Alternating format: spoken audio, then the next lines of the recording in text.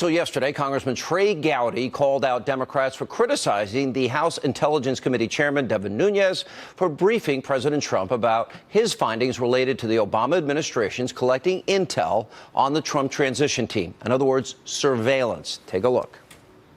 My understanding is Chairman Nunes briefed the commander-in-chief on matters unrelated to the Russia investigation. So if that's a big deal in Washington, then we've sunk to a new low. So if the commander-in-chief cannot be briefed by the chairperson of the House Intel Committee on a matter that has nothing to do with the FBI investigation, then I don't know what they can talk about, John. Right. So he's the commander-in-chief. And that's not all. Today, the Democrats, they were up in arms because it was revealed that Chairman Nunes met with his source on the White House grounds. But in a statement for a spokesman for Chairman Nunes, they explained, quote, Chairman Nunes met with his source at the White House grounds in order to have proximity to a secure location where he could view the information provided by the source. Makes sense. Joining us now with reaction, the author of the best-selling book, Cop Under Fire, Milwaukee County Sheriff David Clark, and Salem nationally syndicated radio talk show host Larry Elder. Larry, let me check in with your legal mind for a second. Can you think of any circumstances under which a president-elect or a candidate should ever be surveilled? I can't think of anyone, and I think that what we're finding out is that Donald Trump was not out to lunch when he tweeted that he might have been wiretapped, using the term very broadly. I'd be a lot more impressed with some of these Democrats yelling and screaming about Devin Nunes if they were saying that Loretta Lynch should have recused herself when she met with Bill Clinton on the tarmac, something that she never did. I'd be a little more impressed if they were angry at Hillary for not turning over documents during the Benghazi hearing and for giving us a bunch of different stories and for deleting documents, destroying evidence after they were under subpoena. I'd be a lot more impressed if the Democrats were upset with those kinds of things, but they're not. This is nothing more than politics. They're being hypocritical. They know that they're in trouble because Donald Trump is looking at least credible, and so therefore let's put the chairman on trial. That's what they do. That's what they're doing right now. You know, one of the things I think that bothered me the most is the chairman saying, Sheriff, that this was widely disseminated. In other words, a lot of people saw this. Now, that goes into the issue of privacy, even if it was legitimate surveillance. And I think that is a question that needs to be answered. Let's say it was legitimate surveillance and you pick up a president-elect or a candidate. That should never be widely disseminated, right? Right. It's not. Look, this is unprecedented, especially for an incoming president.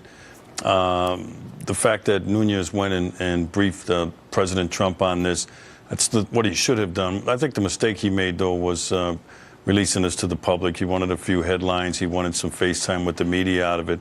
And that part of it kind of backfired on it. But I think a bigger issue here, as Larry indicated, is why the intelligence sources, the intelligence agencies are surveilling the incoming president and his transition team. For what? And I think it's a shame that the intelligence agency directors there couldn't go to the president-elect and tell him what was going on. Maybe somebody should have leaked it to him without leaking any information or any names, and just say, hey, there's something going on here that I think is illegal. But this is, as Larry indicated, this is the politics as usual that goes on in Washington, the partisan back and forth that the American people are tired of. We sent Donald Trump to Washington to drain the swamp and to get rid of this back and forth stuff for politics that does nothing for the American people, and get down to the business of serving the American people on the issues facing this country. You know, I have a lot of questions here, Larry. Did they use, under the guise of legitimate intelligence gathering, legitimate surveillance, was that a ruse to really surveil the president? And the next question, the logical question after that, is who knew what, where, and when? And did the president know at the time, then President Obama? Was any of this shared with the Clinton campaign? You know, where are these leaks coming from? The only felonies we know in this case were committed by leaking intelligence. That's a violation of the Espionage Act. So and Comey wouldn't even acknowledge that there's an investigation into this, although he did acknowledge the investigation into, quote, Russia, even though there's no evidence that has been put forward whatsoever. Well, that's right. I think it was Reince Priebus who says there's greater evidence of media collusion to get Hillary elected than Trump collusion with the Russians to get Trump elected. And there's a whole lot we don't know. These investigations are just now getting started. And so I would urge all people to relax. Let's get the evidence that will come in and find out. James Clapper, the National Intelligence Director under Obama, says so far there's no evidence whatsoever of any kind of collusion with Donald Trump and with Russia. And that ultimately is what I think is going to happen. We're not going to find any kind of evidence of collusion. Yeah, and Sheriff, if you were doing an investigation, don't you keep that circle tight in terms of evidence that you're gathering? Isn't that the type of thing you would never let out? And if it was let out, you would be able to very quickly determine who did it?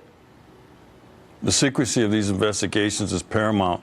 I get briefed on these things all the time, Sean, but, you know, you're not going to find Barack Obama's fingerprints on this, but he's all over this. He's not stupid enough to have ordered or directed or to have been involved in any of the conversation. Might not be able to prove this, but he knew what was going on. I'll tell you what, I'll put myself in his position. If something like this was going on in Milwaukee County, in my agency, some high-level investigation, and somebody didn't tell me about it, I wouldn't be real happy about it. So, you know, it's one of those things that we'll never be able to work this thing back toward the president, the former president, but he's all over this thing. I agree with that analysis. And you never know. Maybe somebody will talk. All right, guys, thank you both.